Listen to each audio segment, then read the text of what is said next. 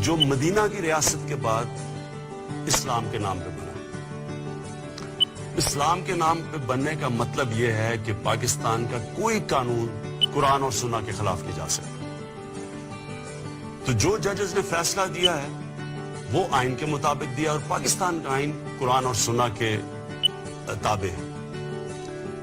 اب جس طرح کی زبان استعمال کی گئی ہے پاکستان کے سپریم کورٹ کے ججز کے اوپر، یہ کہنا کہ وہ فیصلے کے بعد واجب القتل ہے، اور پھر وہی نہیں رکنا، پھر یہ کہنا کہ پاکستان کے جو آرمی چیف ہیں وہ غیر مسلم ہیں، اور جنرلز کو کہا جا رہا ہے اور فوج کو کہا جا رہا ہے کہ آرمی چیف کے خلاف بغاوت کرو۔ میں پہلے تو ادھر سے شروع کرتا ہوں، اپنی حکومت کی پہلے آپ سے بات کرتا ہوں۔ دیکھیں، میں بار بار یہ کہہ بیٹھا ہوں کہ پاکستان انشاءاللہ جب ایک عظیم ملک بنے گا تو وہ مدینہ کی جو ریاست کے جو اصول تھے ان پہ چل کے بنے گا۔ میرا یہ ایمان کا حصہ ہے کہ جب تک ہم جس مقصد کے لیے پاکستان بنا تھا، اسلامی فلاحی ریاست، اگر ہم وہ نہیں بنائیں گے پاکستان کو تو اس کا کوئی مستقبل نہیں۔ میں یہ بھی سمجھتا ہوں کہ انسان کا ایمان مکمل ہی نہیں جب تک نبی صلی اللہ علیہ وسلم سے انسان عشق نہیں کرتا۔ ہم نے عملی طور پہ اس حکومت نے وہ کام کیا جو آج تک کبھی کسی نے نہیں کیا، کسی پاکستان کی حکومت نے نہیں کیا۔ جب ہالینڈ کے اندر وہ جو ڈچ پارلیمنٹیرین تھا، اس نے ہمارے نبی صلی اللہ علیہ وسلم کی شان میں گستاخی کی اور وہ خاکے نکالے، تو واحد مسلمان دنیا میں ہمارا ملک تھا جس نے ان سے کمپلین کیا، فورن منسٹر سے بات کی، ان کے ایمبیسڈر سے بات کی، اور یہ پہلی دفعہ ہوا ہے کہ انہوں نے اس ڈچ پارلیمنٹیرین سے خاکے وڈرا کروائے، وہ واپس ہٹے۔ یہ کبھی پہلے نہیں ہوا۔ پھر واحد پاکستان پہلی دفعہ ہم نے OIC جو مسلمان ممالک کا جو آرگنائزیشن ہے، اس پہ جا کے ہم نے ایشو اٹھایا، اور یونائٹڈ نیشنز میں ہمارے فورن منسٹر نے پہلی دفعہ یونائٹڈ نیشن نے ایشو اٹھایا۔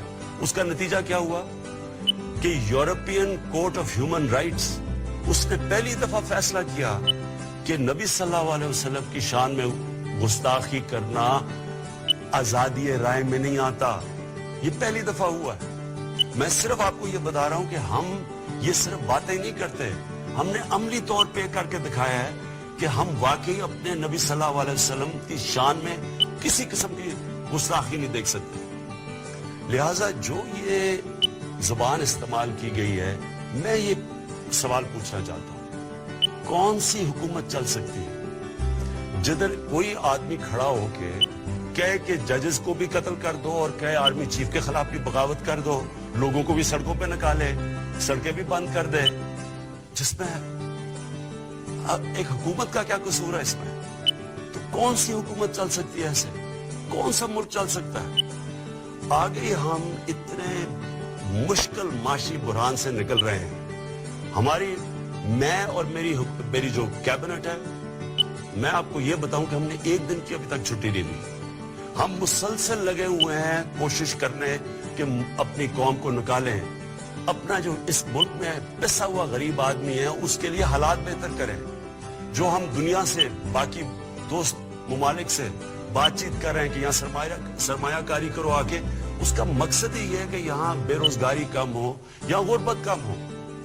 اب اگر اس طرح کی حرکتیں کرنی ہے کہ آپ سپریم کورٹ کے فیصلے اگر آپ کو پسند نہیں آئے، یعنی یہ کہنے کی یہ کوشش کر رہے ہیں کہ اگر سپریم کورٹ ان کے کہنے کے مطابق، ان کی من پسندی کے مطابق فیصلہ نہیں کرتا، تو اس کا مطلب یہ فیصلہ ہی نہیں مانتے، اس کا مطلب سڑکوں پہ آ جائیں گے، ملک کو روک دیں گے۔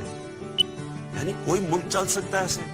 اور اس کا نقصان کس کو ہے؟ ہمارے پاکستانیوں کو، عوام کو نقصان ہے، غریب لوگوں کو نقصان ہے۔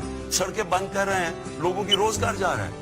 جو بیچارہ دہاڑی میں جس نے آگے مزدوری کرنی تھی، جب ملک رک جائے گا وہ کدھر سے بچوں کا پیٹ پالے گا؟ تو میں آج اپنی عوام سب سے یہ کہنا چاہتا ہوں، کسی صورت آپ نے ان کو آپ کو اکسانے نہیں دینا۔ یہ کوئی اسلام کی خدمت نہیں ہو رہی، یہ ملک سے دشمنی ہو رہی ہے. یہ ملک دشمن عناصر اس طرح کی باتیں کرتے ہیں کہ ججز کو قتل کر دو اور فوج میں بغاوت ہو جائے. یہ فوج نے ہمیں ایک بڑی مشکل جو جنگ تھی، دہشت گردی کی جنگ سے ہمیں نکالا ہے. ان لوگوں نے قربانیاں دی ہوئی ہیں. آپ جب کہیں گے کہ فوج آرمی چیف کے خلاف اور جھوٹ بول کے کہ وہ مسلمان نہیں ہے آرمی چیف، ان کے اوپر اکسائیں گے، نقصان کس کا ہے؟ فائدہ کس کا ہے؟ پاکستان کے دشمنوں کا ہے.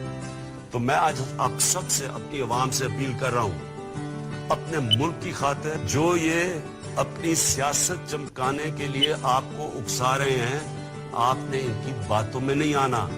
یہ کوئی اسلام کی خدمت نہیں کر رہا ہے، یہ صرف اپنی ووٹ بینک بڑھا رہے ہیں. میں ان عناصر کو اپیل کرتا ہوں کہ ریاست سے نہ ٹکرانا. میں آپ کو یہ اپیل کرتا ہوں کہ اس ملک کی خاطر جو کہ مشکل برات سے نکل رہا ہے اور اللہ کا شکر ہے آگے اچھا وقت آ رہا ہے، آپ اپنی سیاست چمکانے کے لیے، اپنے ووٹ بینک کے لیے اس ملک کو نقصان نہ پہنچائیں. اگر آپ یہ کریں گے، میں آپ کو یہ واضح کر دوں کہ ریاست اپنی ذمہ داری پوری کرے گی.